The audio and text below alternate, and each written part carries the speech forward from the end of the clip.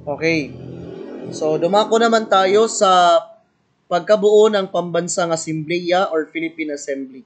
So, ang Pambansang Asembleya or Philippine Assembly ay tinatag noong July 30, 1907.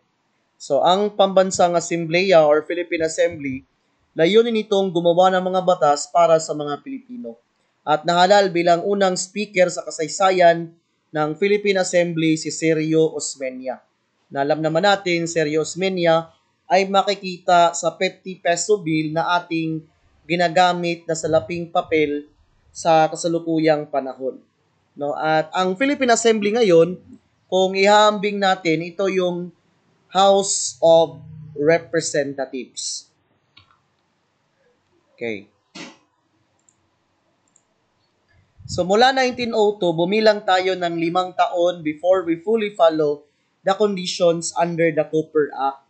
As a result of that, nagkaroon ng eleksyon for the members of the Philippine Assembly in 1907 na sa eleksyon na yon, there are only two opposing party.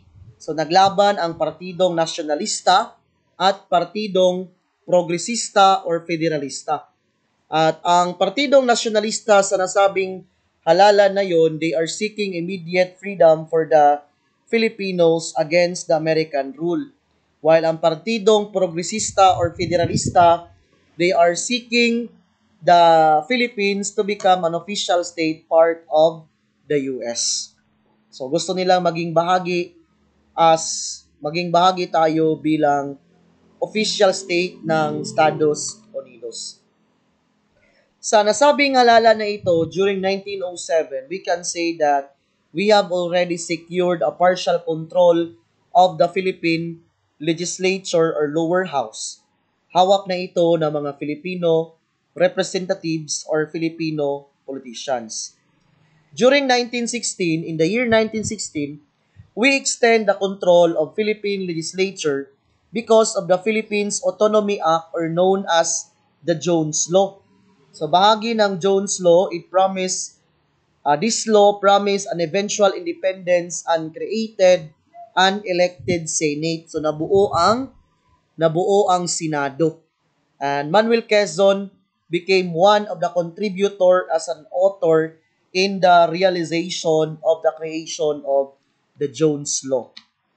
As early as 1916, si Manuel L. Quezon ang ama ng wikang pambansa and the first president of the Commonwealth government is already active in engaging and one of the important contributor para sa pagkamit ng ating kalayaan o pagsasarili sa mga Pilipino. Alam naman natin si Manuel Quezon, the first president of the Commonwealth government, no, and he was also noted or he was also considered as the ama ng wikang pambansa, no? Si Manuel L. Quezon. So under the Jones Law, Philippine Commission will be changed into becoming a Senate dahil po yan sa Jones Law that will be composed of 100% Filipino representative or official. Under the Senate is the Philippine Assembly, yung mga mambabatas ng mga Pilipino sa mga lalawigan, they are representing their districts or provinces. Because of Jones Law, we achieve already to have 100% Philippine legislature. So, kontrolado na po natin ang buong legislative branches of the government or ang buong legislative function of the government. So, ito po. So, Batas Jones, ito ay, ang author ng batas na ito, ipinasa ito ni William Atkinson Jones, kaya yung batas na ito ay galing sa pangalan ng author na si William Atkinson Jones. Ito ang unang hakbang tungo sa pagsasarili ng ating bansa. No? Binigyang kahulugan nito ang karapatan ng mga Pilipino, probisyon ng pagbabudget, at kapangyarihan ng pamahalaan sa taripa at kawanihan. So one of the biggest problems or challenges that the Philippines is dealing with these issues regarding the land reforms o ang mga reforma sa lupa. At Kapag sinabi nating reforma sa lupa, mababalik po natin yan sa taong 1916. Una, ito ay problema na dati pa, noong 1916. Marami sa mga naging senador ng Philippine Legislature at members of the Philippine Assembly o ng mababang kapulungan ay mga landowners. Even until now sa ating government, no, may yung ilan sa kanila ay mga landowners kaya wala silang batas na naipapasa na may kinalaman sa pagbibigay ng lupa sa mga magsasaka at dahil po dyan, as a result of that, maraming mga magsasaka ang nawalan ng mga lupain. So, hindi pa rin naibigay ang reforma sa lupa. No? Dahil there's a conflict of interest. No? There's a conflict of interest. Those who became part of the Senate and became part of the House of Representatives. Hindi lang ngayon, kundi ito ay, we can trace back that one in the year 1916. No? With the members of the Philippine legislature during that time. Nagkaroon ng malaking shift sa pagkamit ng kalayaan para sa mga Pilipino. If we cannot achieve through armed struggle, no, bagamat sa pagbabago dala ng Pilipinas, tinanggap ng mga Pilipino na ang tanging paraan sa pagkamit ng kalayaan sa mga Amerikano ay sa pamagitan ng pakikilahok sa politika. So, naisip ng mga Pilipino, ng mga Filipino representatives that we should be part in politics so that we can achieve, hopefully, we can achieve our independence. Kaya nga, yung mga Pilipinong patuloy na lumalaban sa mga Amerikano, noong mga panahong iyon ay binigyan ng label na tulisanes o tulisan. Katulad na lang nila Macario Sakay at Simeon Ola. And the last step in achieving our independence happened in 1935 when it was passed in the U.S. Congress, when this law was passed in the U.S. Congress at ang batas na ito ay tinawag na Philippine Independence Act or known as Tidings-McDuffie Law. At itong Tidings-McDuffie Law or Tidings-McDuffie Act or Philippine Independence Act, it provided for the establishment of the Philippines of a Commonwealth government of the Philippines. And Commonwealth government is a transitionary government until to the declaration of full independence. So based on the Philippine Independence Act, the Philippines will be given a semi-autonomous structure of government that it has own president, Philippine legislature, and judiciary system.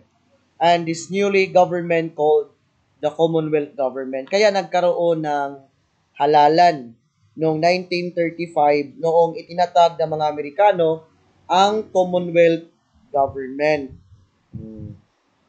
So, ano nga ba ang nangyari noong 1935 election?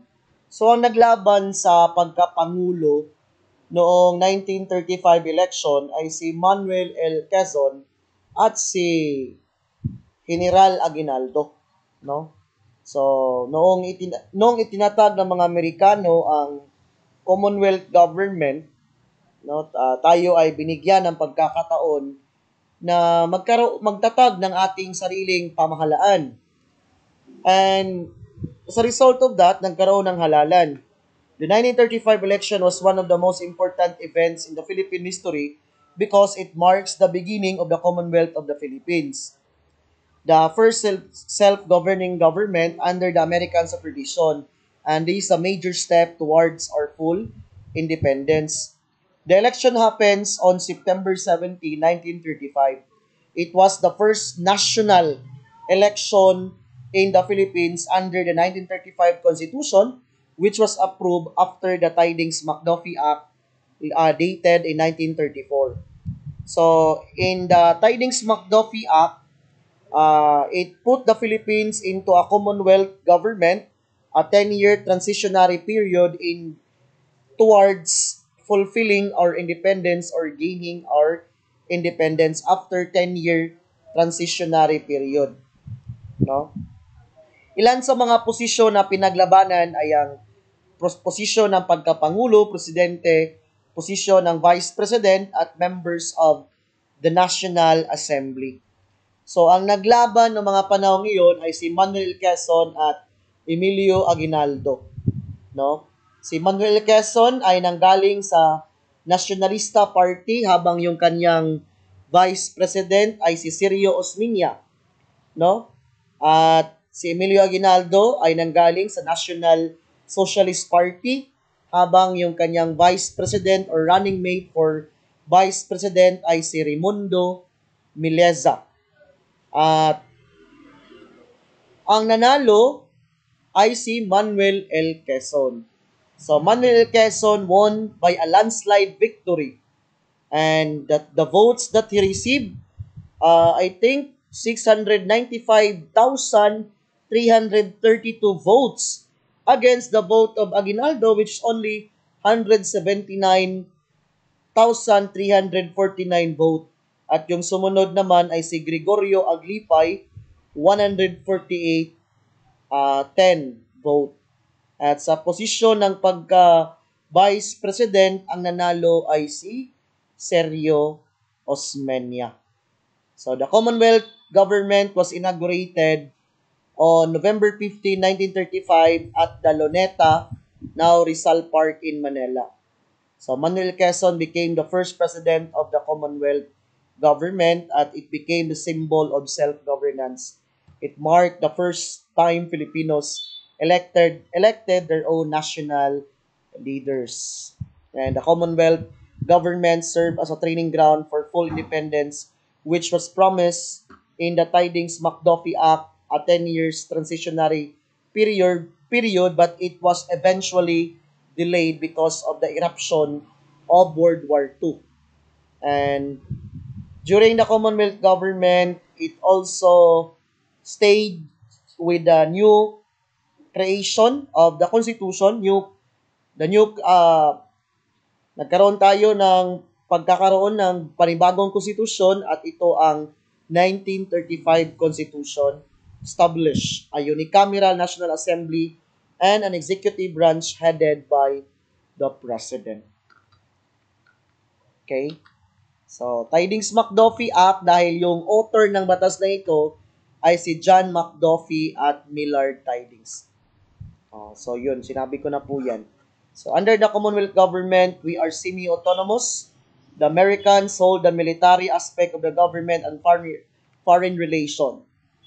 Then, the Philippine legislature during this time is unicameral. So, meaning wala pong upper at lower house. This time kasi, they are treated as one o isa lamang po sila. Okay, at yun ang naging simula ng pagtatag ng Commonwealth government. So, dyan lang muna tayo magtatapos. We will continue this one next meeting. So, see you in my next video.